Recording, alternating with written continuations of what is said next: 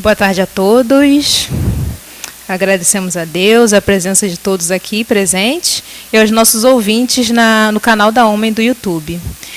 Cumprimentamos aos que estão vindo pela primeira vez, que sejam bem-vindos, que possa ser uma tarde muito proveitosa para todos e de muito aprendizado.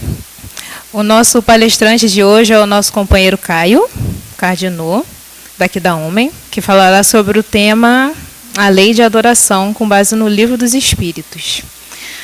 Vamos aos nossos avisos. No dia 10 de julho, será realizado mais um bazar especial, que terá início às 9 horas, com um culto evangélico. Às 10 horas terá um momento musical e às 10h30 será aberto o bazar para todos. Então, todos estão convidados a participar desse evento. E no dia 17 de julho, de 9 às 12 horas, teremos o seminário As Potências do Espírito, sob a coordenação de Tito Versiani e equipe. Convidamos a todos que participem também dos nossos grupos de estudos. Na Filipeta nós temos os dias e horários de todos os estudos para quem desejar participar. E agradecemos pelas doações da campanha do quilo e das roupas e outros artigos. O nosso bazar funciona às segundas-feiras, das 10 às 13 horas, terças, quartas e quintas, das 14h30 às 17h30, na Casa Florescer, que fica aqui ao lado do número 55. A nossa biblioteca está à disposição de todos e a livraria sempre com boas promoções e lançamentos. Solicitamos a todos que desliguem os celulares ou coloquem no modo vibracol, para não atrapalhar o nosso estudo. E a nossa página e peça de hoje será com a nossa companheira Elaine.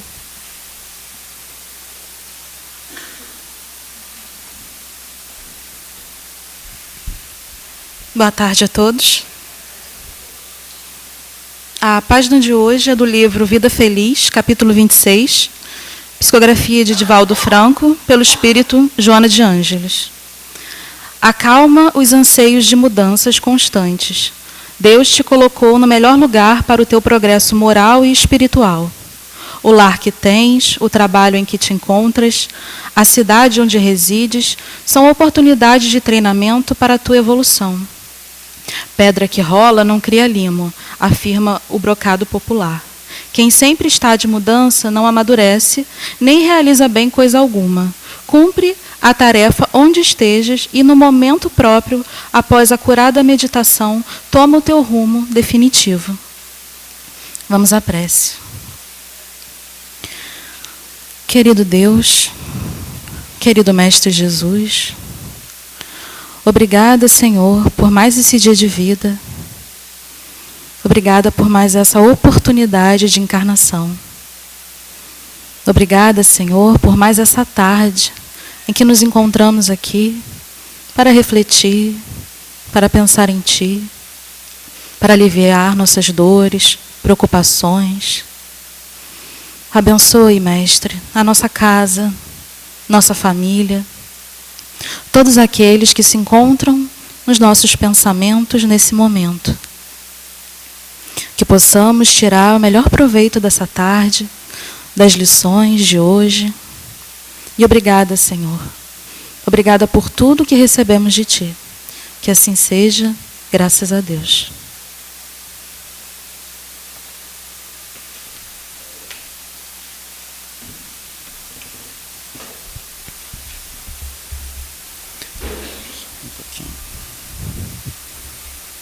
Bem, meus amigos, boa tarde a todos. Boa tarde, quase noite. É um prazer estar aqui com todos vocês. Vocês me escutam bem? Tá tudo certo? A Homem é sem dúvida uma das nossas casas do coração. É uma alegria muito grande realmente estar aqui nesse domingo para a gente falar sobre isso que tanto nos ajuda, tanto nos consola e que damos a devida importância, que é a doutrina espírita. Hoje, em particular, a gente vai ler em O Livro dos Espíritos, na parte terceira, que fala sobre as leis morais, a gente vai ler o capítulo 2º, não todo, obviamente, mas vai falar sobre a lei de adoração, que é o tema desse capítulo. É importante a gente recordar que o Livro dos Espíritos, escrito por Allan Kardec, nessa parte terceira, vai buscar, através das perguntas e respostas tradicionais desse livro, entender quais que são as leis morais que regem a humanidade, né? Não só a humanidade física, encarnada, mas a humanidade desencarnada, não só nesse mundo, como em todos os outros.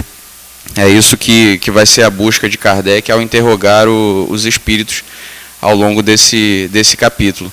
E é interessante que essa é a postura verdadeira do cientista, né? Não só do cientista que busca as leis da matéria para descobrir como que as coisas acontecem, mas do cientista moral também, que a gente sabe que o espiritismo é uma ciência de observação e uma doutrina filosófica, filosofia moral. E é isso que Kardec vai buscar entender. Além das leis que regem o mundo invisível, quais são as leis morais às quais a gente está submetida. Isso é importante de a gente poder entender, porque são elas que vão garantir diretamente ou a nossa felicidade ou a nossa infelicidade, de acordo com o cumprimento ou o não cumprimento voluntário que nós façamos delas. Então, por aí, a gente já sabe que, antes de tudo, esse estudo diz respeito à nossa própria felicidade. Antes de a gente entrar no tema propriamente dito, eu trago uma passagem do Evangelho de Mateus, onde perguntam a Jesus qual é o maior dos mandamentos da lei, né? Era uma daquelas perguntas que faziam para tentá-lo, com o objetivo de que ele escolhesse um em detrimento do outro, né? Nesse caso, ele responde assim, ao ser perguntado: amarás o Senhor teu Deus de todo o teu coração, de toda a tua alma e de todo o teu espírito. Este é o maior e o primeiro mandamento. E aqui tendes o segundo, semelhante a esse: amarás o teu próximo como a ti mesmo. Toda a lei e os profetas se acham contidos nesses dois mandamentos. Essa primeira parte que ele cita é o primeiro mandamento da lei de Moisés, né? Lá tem os 10 mandamentos dele e esse é o primeiro mandamento. E a segunda parte é a que ele acrescenta e diz que é semelhante à primeira, que é amarás o teu próximo como a ti mesmo. E diz mais: toda a lei e os profetas se acham contidos nesses dois mandamentos. A gente tem falado, felizmente, bastante sobre essa segunda parte do mandamento, que é amar ao próximo como a si mesmo. Mas frequentemente a gente não fala e acaba, de certa forma, desprezando a primeira parte desse mandamento maior, que é esse: amarás o Senhor teu Deus de todo o teu coração, de toda a tua alma e de todo o teu espírito. Ou seja, o amor a Deus sobre todas as coisas. Então é comum que no Espiritismo nós nos preocupemos bastante, sim, com o amor ao próximo, e isso é um avanço muito grande, mas que a gente ouvide às vezes o que é amar a Deus sobre todas as coisas. E não é à toa que Jesus fala que esse é o maior dos mandamentos. Então, esse é o objetivo do estudo de hoje, que é entender e desenvolver em nós esse nosso amor a Deus. É sobre isso que vai tratar a lei de adoração e essa é a importância dele. Porque nós vamos perceber ao longo desse estudo o seguinte, que não existe amor ao próximo se não houver amor a Deus. Isso é uma causa básica. Por mais que nós digamos frequentemente, Deus ainda é uma coisa subjetiva que a gente não consegue compreender bem. Isso é verdade. Intelectualmente, pela nossa razão, a gente não consegue compreender a totalidade de Deus, a natureza íntima de Deus.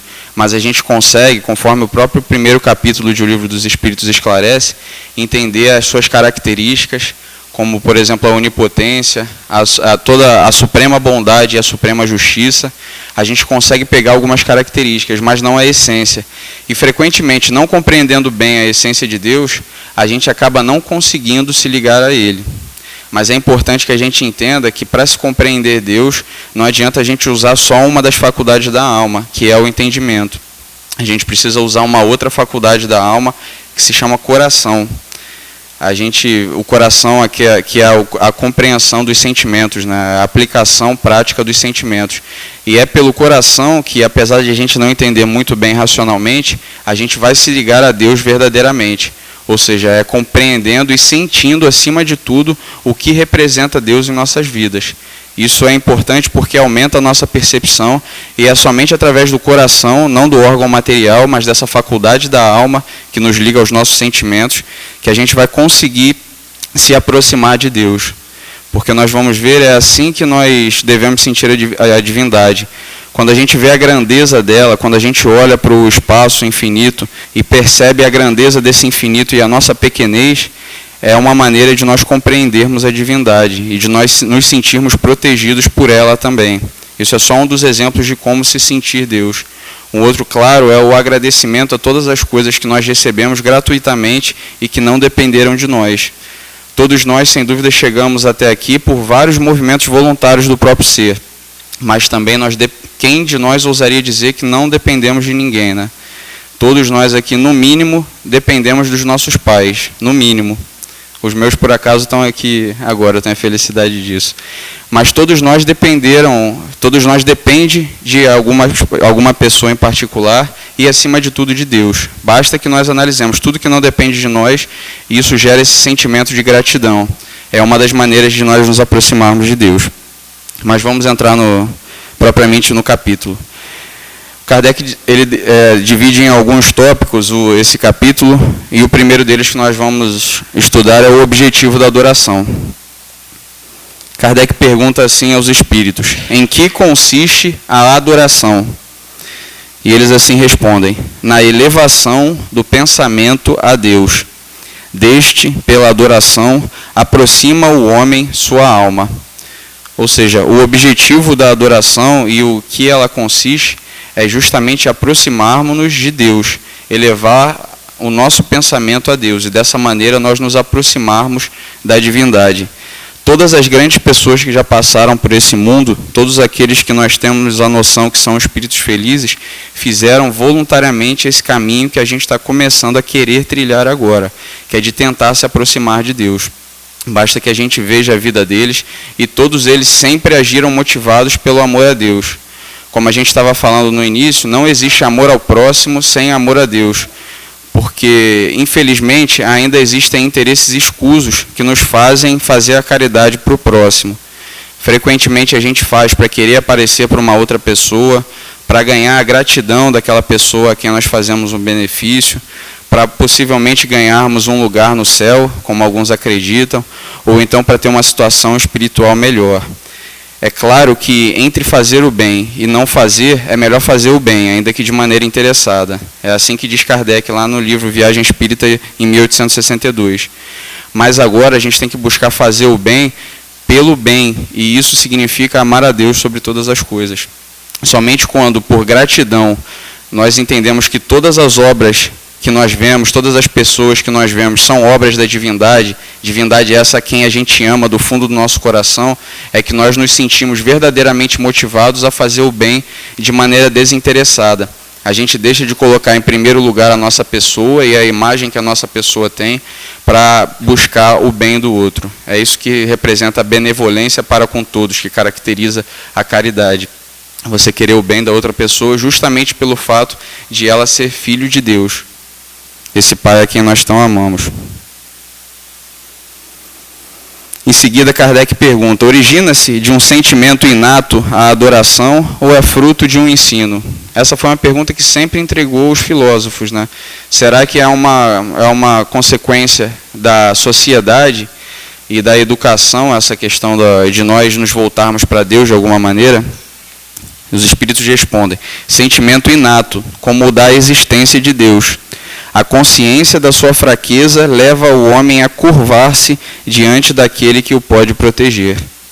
Eu destaquei o verbo curvar-se, porque ele mostra uma das maneiras de nós nos ligarmos à divindade, que é justamente nos humilharmos no melhor sentido da palavra, aquele ligado à palavra humildade, de sabermos exatamente qual que é o nosso papel no mundo e sabermos que nada acontece sem a proteção e sem a consciência de Deus. Ele é onisciente, como a gente vê lá no primeiro capítulo do Livro dos Espíritos. E esse ato de submissão à vontade de Deus é fundamental, porque é Ele que nos garante a nossa alegria, a nossa felicidade verdadeira, e é a oposição dele, que é a insubmissão à vontade de Deus, que faz com que nós sejamos infelizes nessa nossa vida, seja ela encarnados ou desencarnados. Quando a gente não aceita as provas pela qual a gente passa, quando a gente começa a maldizer a situação onde nos encontramos, isso mostra claramente falta de submissão à vontade de Deus, falta o curvar-se à vontade dele. E, inevitavelmente, o sofrimento advém dessa postura. Em seguida, Kardec pergunta: terá havido povos destituídos de todo esse sentimento de adoração? E os espíritos respondem: não, que nunca houve povos de ateus. Todos compreendem que, acima de tudo, há um ente supremo. Essa é a nossa consciência, né, que nós precisamos ter sempre. E isso não é só no momento de nós fazermos a nossa prece, de nós nos ligarmos a Deus. Deve ser uma postura constante em nossas vidas. Saber que acima de nós reina um ente supremo, que é Deus. É entender, e essa consciência faz com que a gente caminhe com mais segurança pelas nossas vidas. Porque nós nos sentimos como amparados por um Pai que tudo sabe, que tudo conhece e que não vai deixar que a gente passe por uma situação pela qual nós não podemos passar. Se nós tivéssemos essa noção em todos os momentos, nós não viveríamos nessa angústia que nós vivemos frequentemente, porque isso nos predispõe à confiança em Deus. Em seguida ele pergunta: poder-se-á considerar a lei natural como fonte originária de adoração? Kardec quer saber se pertence à lei da natureza, essas leis morais, à questão da adoração, né? E os espíritos respondem: a adoração está na lei natural, pois resulta de um sentimento inato no homem. Por essa razão é que existe entre todos os povos, se bem que sob formas diferentes. Ou seja, isso pertence à natureza, não é só uma consequência da nossa fraqueza, não é esse sentimento de se ligar à divindade, não é, como diria o Marx, o ópio do povo. Isso pertence à lei natural e esse sentimento é inato porque assim Deus o quer.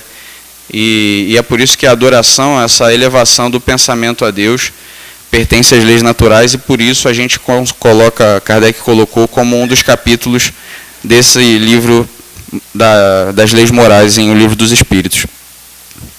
Em seguida ele passa para o tópico adoração exterior, que é aquela que não é somente a adoração dentro de nós, mas a partir do momento que nós tomamos atitudes por consequência dessa adoração. Kardec pergunta: precisa de manifestações exteriores à adoração? E os espíritos respondem: a adoração verdadeira é do coração. Em todas as vossas ações, lembrai-vos sempre de que o Senhor tem sobre vós o seu olhar.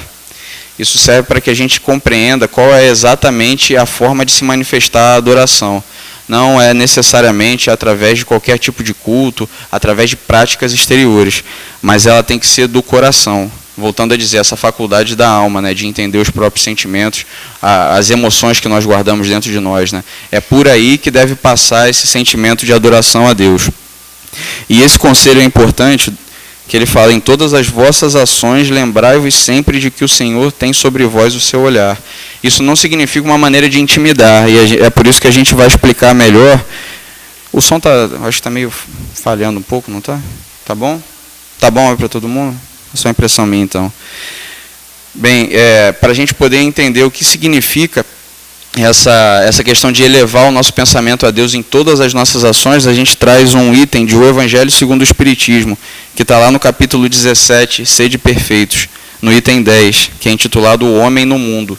E lá o Espírito Protetor fala assim para nós: basta reporteis todos os atos da vossa vida ao Criador que vô-la deu. Basta que, quando começardes ou acabardes uma obra, eleveis o vosso pensamento, eleveis o pensamento a esse Criador, e lhe peçais, num arrobo d'alma, ou a sua proteção para que obtenhais êxito, ou a sua bênção para ela, se a concluís. Em tudo que fizerdes, remontai a fonte de todas as coisas, para que nenhuma de vossas ações deixe de ser purificada e santificada pela lembrança de Deus. Isso obedecem às leis, qualquer que seja a forma sob que as exprimam. Isso é um tópico extremamente importante, e eu vou ler de novo com vocês para a gente entender melhor.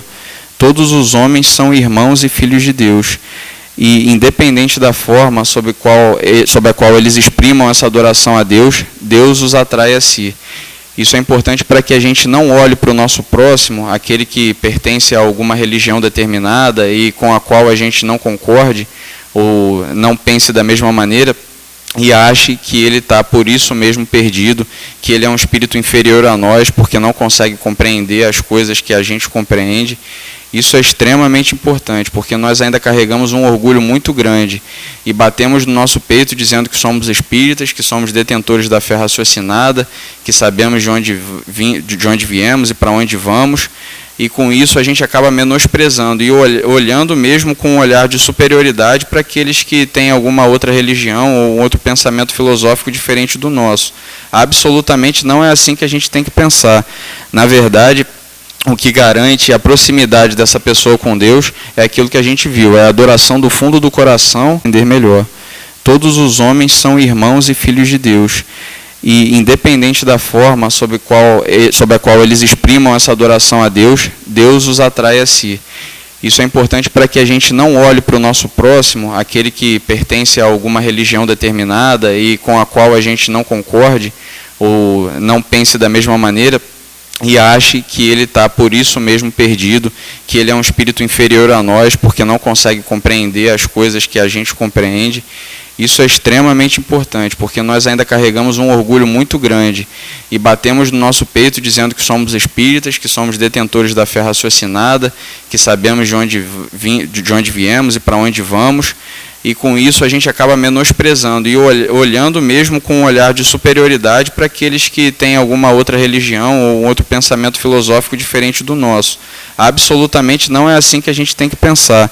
Na verdade, o que garante a proximidade dessa pessoa com Deus é aquilo que a gente viu, é a adoração do fundo do coração e o bem que essa pessoa faz. E isso não depende de nenhuma religião. É importante que nós compreendamos bem isso, né? Porque senão a gente faz do espiritismo um mecanismo de afastar as pessoas de outras religiões, quando na verdade ele é uma grande alavanca de todas as religiões.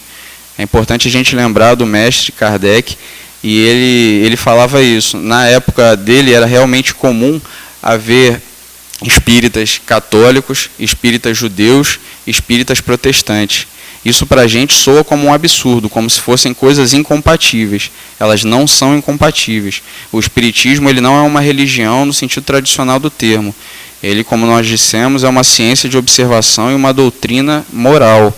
É nesse sentido que nós devemos entendê-lo e não procurar afastar, maldizer as pessoas que, como nós, não pensam. O espiritismo tem sim que servir para o avanço e para o progresso dos homens. E isso inclui a maneira de nós lidarmos com as outras religiões.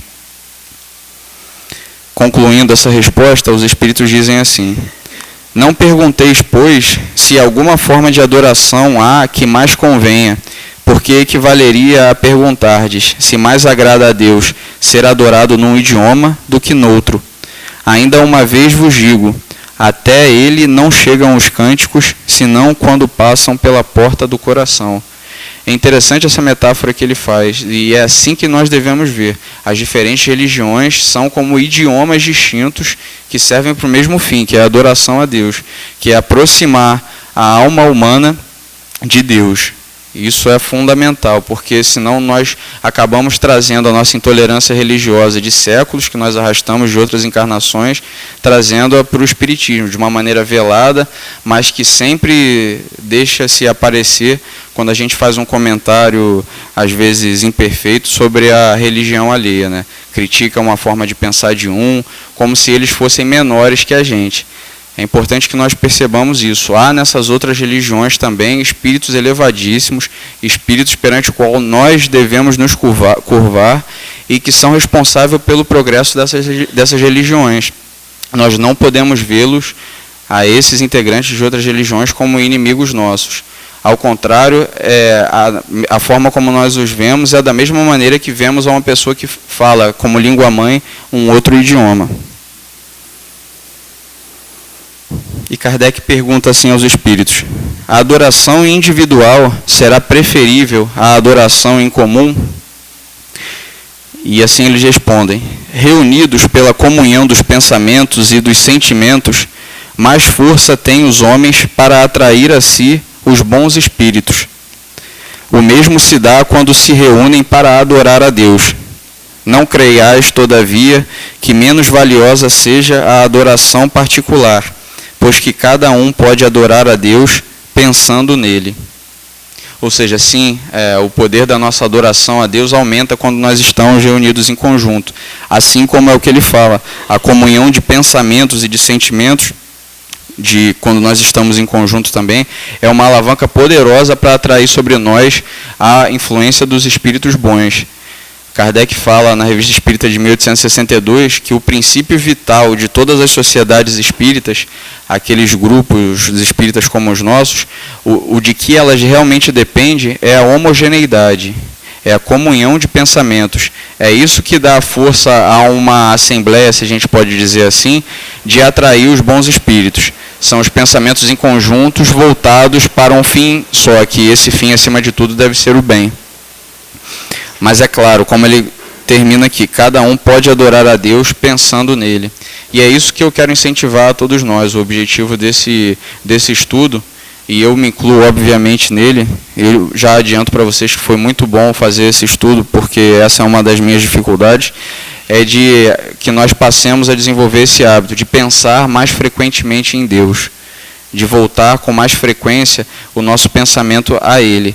Porque por mais que atualmente ele nos pareça algo distante, algo pouco conhecido e algo que não faz vibrar as fibras do nosso coração, é o amor dele que é a maior felicidade que a gente pode ter.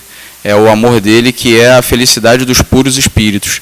Então, por mais que isso seja ainda um pouco estranho e um pouco difícil de entender para nós, é por esse objetivo, por esse caminho que a gente aprender e efetivamente pedir, né? Tudo que a gente pede a Deus, quando visa o nosso bem, Ele nos concede. Então eu sugiro que nós façamos isso, que peçamos a Deus, que nos ajude a entender o que é o amor a Ele, que nos ajude a aprender a orarmos, que nos ajude a nos aproximarmos dEle. O próximo item desse capítulo se intitula A Prece. E Kardec pergunta: agrada a Deus a prece? A prece é sempre agradável a Deus quando ditada pelo coração, pois para Ele a intenção é tudo. E eu volto a dizer, por mais que nós estejamos falando aqui somente da adoração, essa passagem é fundamental. Para Deus a intenção é tudo. É engraçado, né? Os nossos ditados vão contrariamente a isso que a gente acabou de ler, né? A gente costuma dizer que de boas intenções o inferno está cheio, né? Mas, na verdade, a intenção é que realmente vale para Deus. Antes de Ele olhar o resultado das obras, sejam elas aparentemente boas ou aparentemente ruins, o que Ele vai julgar é sempre a intenção. E como nós ainda não temos a faculdade de ler o pensamento alheio, de saber o que motivou aquela atitude que determinada pessoa está tomando, então a gente também não tem a capacidade de julgar com justiça, com perdão da redundância, as atitudes das outras pessoas. Porque conforme Deus faz, Ele julga pela intenção. E se nós não conhecemos a intenção, ninguém pode dizer qual atitude é ou não moralmente correta. Porque, inclusive, aquelas aparentemente virtuosas, de pessoas abnegadas, nós não sabemos qual é o móvel que leva aquela pessoa a agir de tal maneira. Assim como nos piores crimes também, a gente não pode dizer que é o pior dos espíritos que ali se encontra. Talvez seja um ignorante que tenha agido não com a pior das intenções. É importante esse pensamento porque ele nos predispõe à segunda característica da caridade, que é a indulgência para com todos, e a terceira, que é o perdão das ofensas. A gente perdoa com mais facilidade quando a gente deixa de partir do pressuposto que aquela pessoa nos quis efetivamente fazer o mal. Já que a gente não conhece a intenção dela, que é o que Deus julga, a gente pode sim partir do pressuposto que ela agiu com a melhor das intenções. Continuando. Assim, preferível lhe é a prece do íntimo, a prece lida, por muito bela que seja, se for lida mais com os lábios do que com o coração. Agrada-lhe a prece quando dita com fé, com fervor e sinceridade. Mas não creais que o toque há do homem fútil, orgulhoso e egoísta, a menos que signifique de sua parte um ato de sincero arrependimento e de verdadeira humildade. Eu vou ler de novo com vocês essas características: fé, fervor e sinceridade. São elas que devem caracterizar a nossa prece. Então a gente deveria, na verdade, não se permitir elevar o pensamento a Deus ou fazer uma prece na qual não estejam presentes essas três características. A sinceridade eu acredito que todos nós tenhamos. A fé nossa ainda vacila, mas frequentemente fazemos preces sem esse fervor, sem esse calor íntimo que faz com que a gente se ligue a Deus do fundo de nossas almas e peça a Ele com a certeza de que é ouvido, com a certeza de que sim, poderá ser atendido se o que se pede é para o nosso próprio bem. E com a certeza de que o nosso agradecimento, quando nós recebemos coisas boas e más, porque devemos agradecer pelas más também, é ouvido por Deus. Assim como a gente vai ver mais à frente, o nosso louvor a Ele.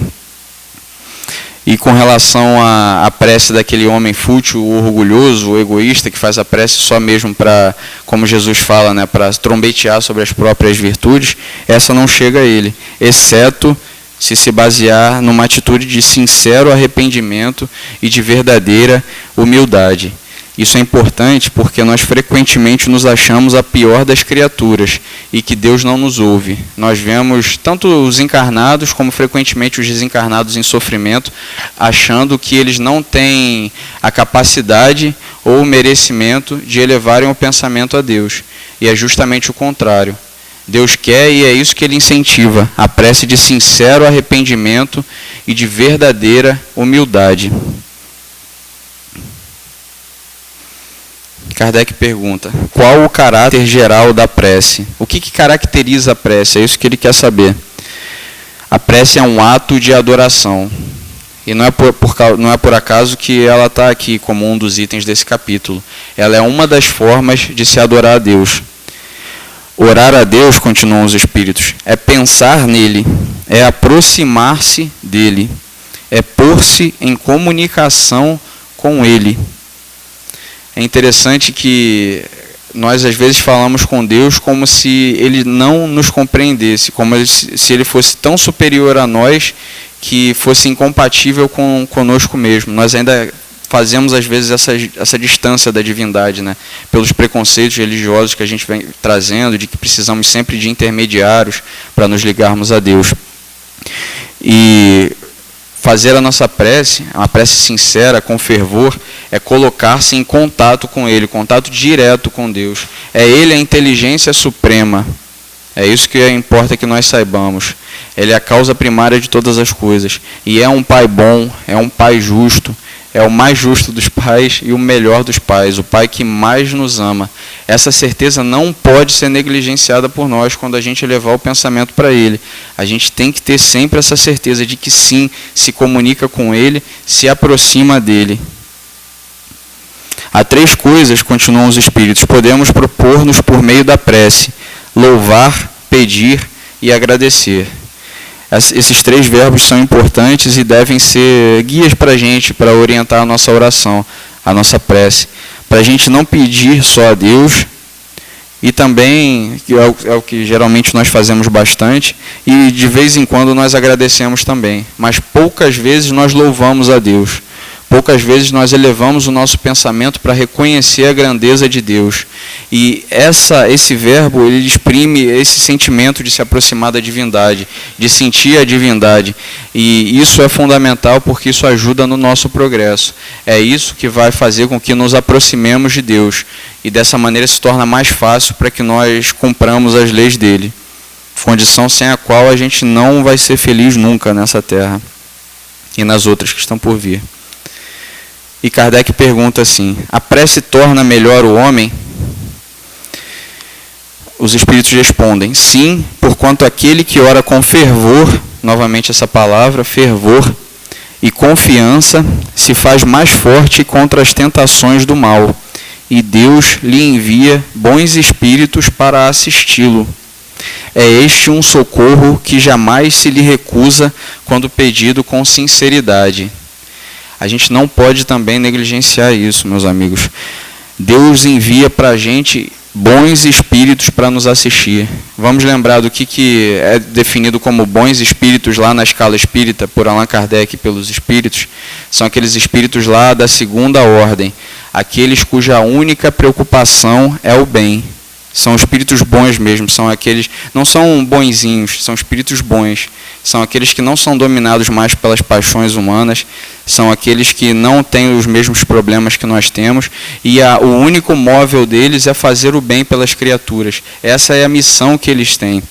E nós sabemos exatamente, nós temos muitos exemplos de espíritos bons, no sentido da escala espírita. E quando nós fazemos a prece sincera, nós atraímos para nós esses bons espíritos, que são esses seres elevados, esses seres que já não dispõem de paixões materiais e que vêm ao nosso lado para nos inspirar bons conselhos. E quando nós temos essa certeza e nos predispomos, nós conseguimos sim ouvi-los. Ouvi-los através da inspiração, ouvi-los através da mediunidade mais direta, seja qual for a forma. Mas é por isso que a prece torna assim melhor o homem, porque nós nos ligamos a Deus e Deus, na sua misericórdia, Ele permite que a nós venham esses bons espíritos. E com a ajuda deles, né, a gente não tem obstáculo que a gente não possa transpor. Né? Nós de nós mesmos não temos tanta força assim. Nós somos ainda imperfeitos, ainda pesa para a gente muito o peso dos nossos vícios, mas com a ajuda dos bons espíritos, que a gente granjeia pela prece sincera, dita com fervor e confiança, como ele diz aqui, a gente consegue muita coisa. A gente não pode desprezar esse mecanismo. Na pergunta seguinte, dentro dessa ainda, Kardec ele desdobra ela falando assim: como é que certas pessoas que oram muito são, não obstante, de mau caráter, ciosas, invejosas, impertinentes, carentes de benevolência e de indulgência e até algumas vezes viciosas? Isso é verdade também, né? Nós vemos pessoas que não param de orar, mas nem por isso tem um monte de imperfeições, por assim dizer, brabas, né? E os espíritos respondem assim: o essencial não é orar muito, mas orar bem. Lembrando, o que é bem orar? É a prece dita com fé, com fervor, com confiança, com sinceridade. Essas pessoas supõem que todo o mérito está na longura da prece e fecham os olhos para os seus próprios defeitos. Fazem da prece uma ocupação, um emprego do tempo, nunca, porém, um estudo de si mesmas. A ineficácia em tais casos não é do remédio, sim da maneira por que o aplicam. E eu ressalto aqui para vocês, porque isso também chama a minha atenção. A prece para essas pessoas nunca é um estudo de si mesmas. E será que para a gente a prece já é um estudo de nós mesmos? Será que nós, na nossa prece, nós procuramos, com a ajuda de Deus e de nosso anjo guardião, analisar as nossas atitudes, observar as nossas imperfeições e pedir a eles a força de nós conseguirmos suplantá-las? A gente lembra na pergunta 919, aquela que os espíritas têm na ponta da língua, né, falando sobre o conhecimento de si mesma, que é respondido pelo nosso querido Santo Agostinho, que ele diz assim: aquele que todas as noites evocasse todas as ações que praticara durante o dia e inquirisse, de si mesmo o bem ou o mal que houvera feito, rogando a Deus e a seu anjo de guarda que o esclarecessem, grande força adquiriria para se aperfeiçoar, porque, crede-me, Deus o assistiria. Se nós não fazemos isso ainda, é um dos nossos afazeres pendentes aí para frente. É colocar todos os dias e pedir efetivamente a Deus, o nosso anjo da guarda, que nos ajude a enxergar dentro de nós mesmos quais são as nossas imperfeições. Quando que nós, ao decorrer desse dia, agimos mal contrariamente ao nosso próximo. A gente tem na nossa vida tempo para se preocupar com a conta para pagar, com o trabalho que nós precisamos fazer, com as diversas atividades que a rotina material nos impõe. Agora, por que nós não encontramos tempo e nem disposição para nos preocuparmos com o mais importante dos trabalhos, que é o aperfeiçoamento moral, a transformação moral? Isso deve ser a nossa prioridade única. Ou melhor, a nossa principal prioridade. A gente pode faltar ao trabalho, mas não pode faltar isso. Não vão usar isso de desculpa para o chefe, tá? mas a gente tem que tentar usar desse método que Santo Agostinho nos fala aqui. Estudar pela prece as nossas imperfeições, pedir ajuda ao nosso anjo guardião, porque eles nos ajudam. Deus sim nos ajuda a nos aperfeiçoar. E Kardec vai aprofundando mais, né, a utilidade da prece e qual que é a abrangência dela. E ele pergunta assim: poderemos utilmente pedir a Deus que perdoe as nossas faltas? A gente fala isso no Pai Nosso, né? Perdoa nossas ofensas, assim como nós perdoamos a quem nos tem ofendido. Qual que é a utilidade disso? Deus, dizem os Espíritos, sabe discernir o bem do mal. A prece não esconde as faltas. Aquele que a Deus pede perdão de suas faltas, só o obtém mudando de proceder. As boas ações são a melhor prece, por isso que os atos valem mais que as palavras. Agora a coisa se muda, né? Isso ainda causa estranheza para a gente, porque a gente ainda traz no nosso íntimo essa concepção da graça divina, que basta a gente pedir misericórdia a Deus, perdão das nossas ofensas, e ela vem como num passe de mágica e por isso nós estamos perdoados, né? É a indulgência que a gente já vem carregando de outros séculos. Na verdade, o puro pedido por si mesmo, ele é inútil se ele não vier junto do desejo sincero de reparar as faltas. E é isso que isso deve representar para nós quando nós pedimos: perdoa as nossas ofensas. Conforme está lá em O Evangelho segundo o Espiritismo, na coletânea de preces espíritas, onde Kardec começa com a oração dominical, né, o Pai Nosso, ele estende esse item: perdoa nossas ofensas, assim como nós perdoamos a quem nos tem ofendido, e vem nos explicar que o nosso objetivo com isso é de assumir o compromisso perante Deus de não reincidir naquelas faltas e de aplicar todos os nossos esforços para reparar o mal que foi oriundo das nossas faltas. É esse o verdadeiro perdão divino. É isso que a gente tem que buscar. E é interessante que a segunda parte da parte perdoa as nossas ofensas, assim como nós perdoamos a quem nos tem ofendido, diz respeito à indulgência que nós precisamos ter para com os defeitos alheios. É como se fosse uma solução de compromisso. Eu peço a Deus que me ajude a perdoar, mas ao mesmo tempo eu me lembro que eu tenho minhas ofensas, e é justamente isso que faz com que eu também tenha que perdoar o meu próximo.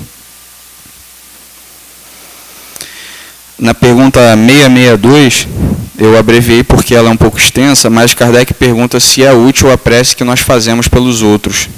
E os Espíritos respondem assim: o pensamento e a vontade representam... A vontade aí, Tito.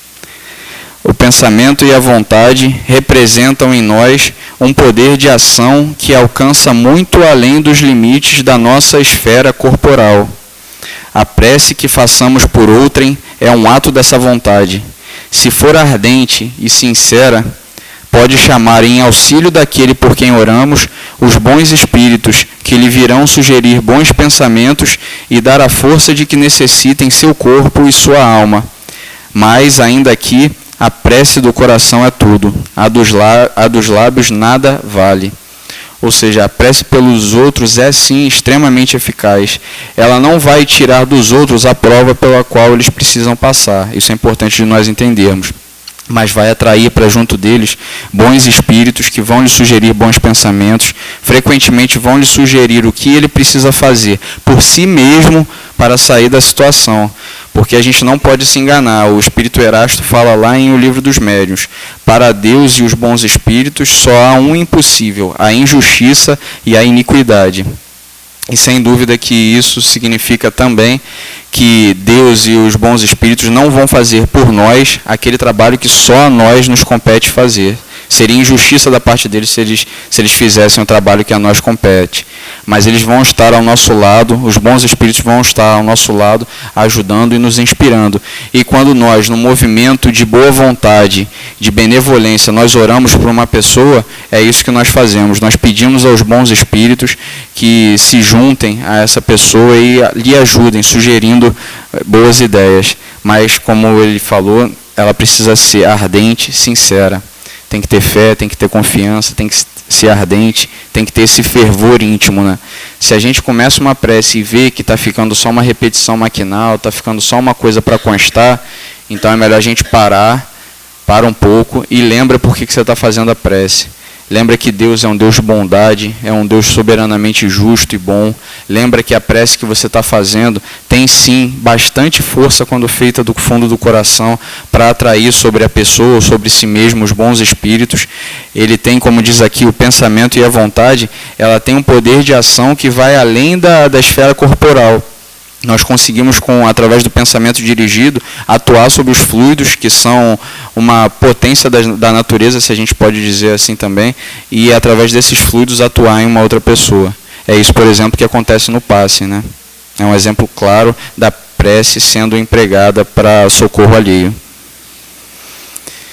Será útil que oremos pelos mortos e pelos espíritos sofredores? Pergunta Kardec. E nesse caso, como lhes podem as nossas preces proporcionar alívio e abreviar os sofrimentos? Tem delas o poder de abrandar a justiça de Deus? E os Espíritos respondem: a prece não pode ter por efeito mudar os desígnios de Deus, mas a alma por quem se ora experimenta alívio, porque recebe assim um testemunho do interesse que inspira aquele que por ela pede, e também porque o desgraçado sente sempre um refrigério, quando encontra almas caridosas que se compadecem de suas dores. Ou seja, a gente vai continuar com outras características da prece pelos espíritos, né? Mas um dos benefícios que ela traz sobre o espírito é de mostrar para ele que sim, na Terra há entes compadecidos dos seus sofrimentos, há indivíduos que se preocupam com eles, e isso para eles é muito bom, né? Quem não gosta de saber que tem alguma pessoa preocupada consigo mesmo quando a gente está na pior, né? E é isso que os espíritos em sofrimento recebem quando nós elevamos uma prece a Deus pensando neles. Continuam os espíritos. Por outro lado, mediante a prece, aquele que ora concita o desgraçado ao arrependimento e ao desejo de fazer o que é necessário para ser feliz. Neste sentido é que se lhe pode abreviar a pena, se por sua parte ele secunda a prece com a boa vontade. Ou seja, um dos mecanismos da prece com relação aos espíritos em sofrimento, todos aqueles que nós sabemos que sofrem e que estão desencarnados, é dispor a pessoa que sofre ao arrependimento e a isso que é importante, o desejo de fazer o que é necessário para ser feliz. Porque o simples arrependimento por si só, se é que o arrependimento pode ser caracterizado como simples, ele não é suficiente para fazer com que a pessoa seja feliz. É necessário que ela repare o mal feito. Então, através da prece, a gente atrai para essa pessoa, os espíritos superiores, os bons espíritos, que lhe inspirarão o que ela precisa fazer para ser realmente feliz. Aí sim, se por iniciativa desse espírito em sofrimento, dessa pessoa, ela decidir agir dessa maneira, ou seja, secundar com a boa vontade a prece, aí sim o sofrimento dela vai ser amenizado. Por fim, ele termina a resposta a essa pergunta dizendo: o desejo de melhorar-se, despertado pela prece, atrai para junto do espírito sofredor espíritos melhores, que o vão esclarecer, consolar e dar-lhe esperanças. Jesus orava pelas ovelhas desgarradas, mostrando-vos desse modo que culpados vos tornarias se não fizesseis o mesmo pelos que mais necessitam das vossas preces. Ou seja, nós precisamos sim orar por aqueles espíritos que nós sabemos em sofrimento, sejam aquelas pessoas que nós conhecemos que desencarnaram em situações difíceis e que nós deduzimos que estejam sofrendo, e por todos aqueles que se comunicam nas nossas reuniões espíritas pedindo preces. Isso é um ato de caridade e é um ato fundamental para nós. Já está acabando, pessoal. O próximo item é o politeísmo, que é a adoração a vários deuses, né? Ele é interessante, que parece um pouco distante da nossa realidade hoje, pelo menos a realidade ocidental, né? Mas tem algumas nuances que é importante nós trazermos para nós como espíritas. Kardec pergunta: tendo-se produzido em todos os tempos e sendo conhecidos desde as primeiras idades do mundo, não haverão os fenômenos espíritas contribuído para a difusão da crença na pluralidade dos deuses? Eu vou resumir para vocês. Kardec está falando assim. Ele já tinha feito algumas perguntas antes, mas que a gente encurtou aqui para não ficar muito longo. mas basicamente a humanidade acabou acreditando em vários deuses porque ela sempre esteve em contato com os espíritos. Como tudo aquilo que é superior à humanidade naquela época era tido como Deus, seja os fenômenos da natureza, ou seja mesmo aqueles espíritos que se comunicavam pelos pajés, pelos oráculos e por todas as pessoas que tinham mediunidade em toda a história da humanidade, então acabou que muitas sociedades, muitas religiões acreditaram e até hoje ainda acreditam em vários deuses, na existência de seres que se equiparam à divindade, não só em um, mas em vários. E Kardec pergunta, será que os fenômenos espíritas, ou seja, a mediunidade, não contribuiu para essa crença em vários deuses? E os espíritos respondem, sem dúvida, porquanto chamando Deus a tudo o que era sobre-humano, os homens tinham por deuses os espíritos. Isso é imaturidade ainda do senso moral, mas era o que acontecia. Os homens viam naquelas potências que se comunicavam, que lhe diziam o que ia acontecer, através do pajé, através da pitonisa, através, seja de qualquer tipo de médium nessas sociedades, e eles tinham como deuses, porque era uma potência estranha a ele, né? Mas o Kardec agora comenta, não são os espíritos, é o próprio Kardec comentando que essa diferença entre espíritos e deuses, que às vezes essas sociedades se confundiam, é pura questão de palavras, com a única diferença de que, na ignorância em que se achavam, mantida intencionalmente pelos que nisso tinham interesse, eles erigiam templos e altares muito lucrativos a tais deuses, ao passo que hoje os consideramos simples criaturas como nós, mais ou menos perfeitas e despidas de seus invólucros terrestres. Agora vamos sair dessas pessoas que a gente está pensando agora, nesse momento, a gente está pensando lá nos atenienses, com os vários deuses, os romanos, com toda a sua mitologia, e vamos trazer agora para o nosso movimento espírita, para nós como espíritas. Nós frequentemente vemos aos espíritos, a esses que se comunicam conosco, de maneira diferente disso que Kardec diz aqui, ó, simples criaturas como nós, mais ou menos perfeitas. É importante a gente dizer, ele não está sendo desrespeitoso aos espíritos, não. Ao contrário, ele está agindo com todo o respeito. E ele está mostrando que esses espíritos, eles são criaturas exatamente como nós, com a diferença de que uns são mais atrasados que nós mesmos e outros mais adiantados. E por que é importante nós pensarmos isso e termos a certeza dentro de nós que é assim? Porque nós ainda temos um pensamento religioso trazido dessas encarnações anteriores, como pagãos, como politeístas, de achar que esses espíritos bons, a quem nós devemos veneração hoje em dia, são como deuses. Estão lá distante de nós, se comunicam só por certos médiuns, que são criaturas especiais, que são seus oráculos. Nós recebemos o ensinamento deles através desses médiuns, anotamos, e o nosso culto de hoje em dia, os tempos que nós fazemos é divulgar uma mensagem dele, colocar no Facebook, no WhatsApp, como se a gente estivesse reverenciando a esses espíritos. Não é assim, pessoal. Esses espíritos são criaturas como nós. Eles não estão distantes assim de nós como nós achamos. Nós podemos sim estar em contato com eles. A gente pode sim chamar por eles, porque eles são criaturas como nós. Eles não são deuses que precisam de pitonisas, de xamãs para se comunicar conosco mesmo. Eles são aqueles bons espíritos da escala espírita que a gente viu atrás, que vêm ao nosso socorro quando nós chamamos por eles com o coração. É interessante porque eu vou dar um exemplo para vocês. Se em nossa reunião mediúnica se comunicasse, por exemplo, o espírito de Bezerra de Menezes, a gente falaria, pobre desse médium, tão imperfeito, está achando que recebeu Bezerra, ele está obsidiado. E no outro viesse Emanuel, a gente ia falar a mesma coisa. Isso mostra que, apesar de a gente saber intelectualmente isso que está escrito aqui no quadro, a gente ainda não entendeu moralmente de quem se tratam os espíritos realmente superiores, os espíritos bons. Eles estão ao nosso lado, é essa a tarefa que eles têm. São como os nossos professores universitários, que independente da quantidade de diplomas que têm, independente da formação que eles possuem, quando nós paramos ele lá na faculdade para perguntar a eles, tirar alguma dúvida, eles esclarecem com todo o amor e com todo o carinho. E quando a gente chama eles pelo pensamento, seja qual for o espírito superior, até o espírito puro por excelência, que é Jesus, o espírito de verdade, eles vêm e estão ao nosso lado. Independente da quantidade de compromissos que eles têm, nós sabemos que os espíritos mais elevados têm faculdades que nós ainda não conhecemos. Ou seja, eles têm a capacidade sim de estar por inteiro em vários lugares ao mesmo tempo e de ajudar a gente, de inspirar no nosso ouvido aquilo que a gente precisa.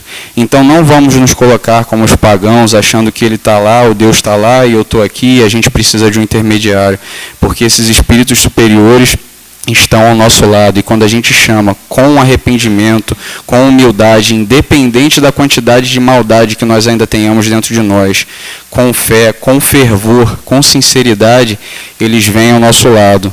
Aqueles que têm mediunidade podem percebê-lo, podem ouvi-los, podem mesmo manifestar a assistência deles. Isso não é um sacrilégio, meus amigos, isso é a lei de Deus. Se a gente pedir do fundo do nosso coração, eles estão. É importante que a gente lembre o conselho do Espírito de verdade, lá em O Evangelho segundo o Espiritismo. Ele fala: não afasteis o facho que a clemência divina vos coloca nas mãos. Esse facho que a clemência divina, que Deus nos coloca nas mãos, essa lanterna, é a comunicação com os espíritos superiores, como ele esclarece anteriormente. Então a gente não pode afastar esse facho da clemência divina, esse contato nosso direto com esses irmãos mais velhos, que vem com todo amor e com toda a sinceridade, de corpo presente, se a gente pode dizer assim, estar ao nosso lado e nos aconselhar. Não vamos achar que eles estão distantes porque estão perto, por pior que sejamos. Aí ele fala em outro item, já está acabando mesmo agora, sacrifícios. E apesar de, obviamente, os sacrifícios além do politeísmo ainda estão, felizmente, mais distantes ainda de nós. Mas tem duas coisas que eu pensei porque são importantes para o nosso entendimento. Que é na pergunta 672, os espíritos falam assim: a prece proferida do fundo da alma é 100 vezes mais agradável a Deus do que todas as oferendas que lhe possais fazer. Repito que a intenção é tudo, que o fato nada vale. Ou seja, ele está falando a respeito da prece, que ela é sim um ato de adoração e é muito mais agradável a Deus do que qualquer oferenda que a gente possa fazer a Ele. E em paralelo, a gente vê que a prece é um ato de adoração. E o outro ato de adoração, tão importante quanto, é esse que ele fala aqui. Deus abençoa sempre os que fazem o bem.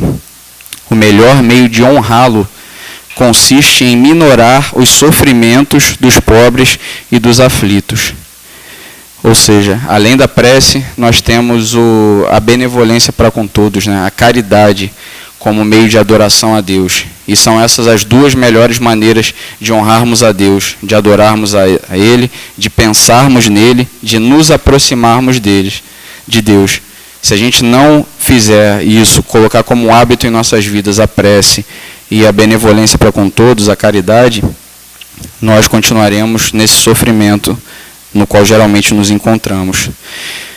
E como último slide, para terminar, eu trago uma comunicação de Santo Agostinho que a mim muito me toca, que ele fala assim: meus filhos, quando a expressão meu Deus sair de vossas bocas e com ela as fibras do coração forem abaladas, quando esta expressão preencher toda a vossa alma, quando nela não houver separação entre a voz e o sentimento, eis então a fé. A fé que a doutrina espírita propõe, explicando-vos o porquê das situações. É a fé inabalável que ela vos propõe. E tendo fé, por que então desanimar? Eu deixo essa mensagem para nossa reflexão e incentivo a todos nós que nós aprendamos a, quando a gente falar meu Deus, a gente falar isso do fundo do nosso coração, permitindo que as nossas fibras íntimas do coração se abalem mesmo, se abalem no bom sentido, né, que elas vibrem, e a gente não precisa nem falar mais nada, se a gente só fizer esse meu Deus, como ele está dizendo aqui, preenchendo toda a nossa alma com essa oração, a gente vai ter feito a prece agradável a Deus, né? É isso, meus amigos. Obrigado pela atenção de vocês. Boa semana a todos nós. E que, acima de tudo, a gente lembre do que nós dizemos aqui, né? Os bons espíritos, eles estão ao nosso lado ditando para nós conselhos úteis para o nosso aperfeiçoamento. Mas a tarefa da melhoria íntima, da transformação moral, depende de nós. Então, se nós não meditarmos a respeito dessas coisas que nós ouvimos aqui e busquemos por nós mesmos aplicar, não importa quantas vezes a gente ouça isso, a gente não vai crescer. Que nós possamos utilizar desses mecanismos que a doutrina espírita vem nos trazer e que nós, se Deus quiser, aprendamos a amar a Deus sobre todas as coisas. Boa noite a todos.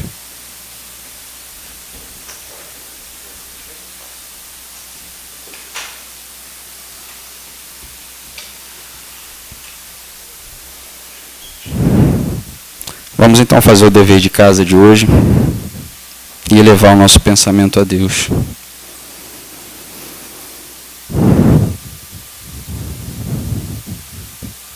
Meu Deus, Pai de amor e de bondade, a Ti, Pai, elevamos o nosso pensamento em louvor pela Sua grandeza, Pai, diante da qual nos curvamos. E é por essa grandeza que agradecemos, Pai. Agradecemos pelos bons espíritos que desejam unicamente o bem, que o Senhor permite que estejam ao nosso lado. Agradecemos, Pai, pelo nosso anjo guardião, esse espírito protetor que nos ama, que nos acompanha desde muitos séculos e a quem conhecemos como grandes amigos, ainda que não o lembremos. Agradecemos pela sua misericórdia, Pai, de não nos desamparar em nenhum momento de nossa vida. Temos grandes sofrimentos que a nós nos competem pelas nossas imperfeições. Mas é a Ti que pedimos a força, Pai, de suportá-los, a resignação para não murmurar diante dessas provas e diante dessas expiações. E a coragem, Pai, para vencermos o que em nós precisa ser vencido. Dá-nos, Pai, a claridade mental para que nós saibamos qual o caminho certo a seguir. Que não nos falte nunca o conselho dos bons espíritos, desses irmãos que estão ao nosso lado, nos ajudando diuturnamente. Que tenhamos sempre a certeza de que podemos ouvi-los e recebermos os seus conselhos. Pedimos, Pai, pelo nosso próximo, por todos aqueles que aparecem em nossa mente nesse instante. Sabemos que essa prece, Pai, que é dita com fervor e do fundo do nosso coração, pode chegar a eles e abrandar-lhes o sofrimento, estejam eles encarnados ou desencarnados. Por fim, Pai, terminamos essa prece agradecendo pela divina oportunidade de conhecermos todas essas coisas.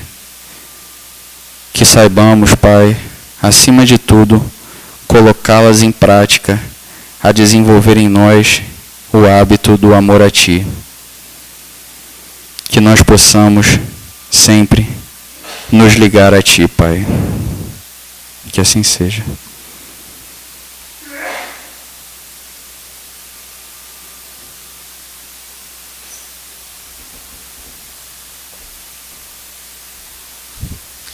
Nós vamos dar prosseguimento aos trabalhos com a aplicação dos passes.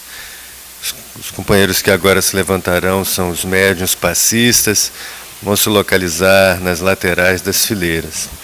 Aqueles que desejarem receber o passe poderão simplesmente permanecer em seus lugares.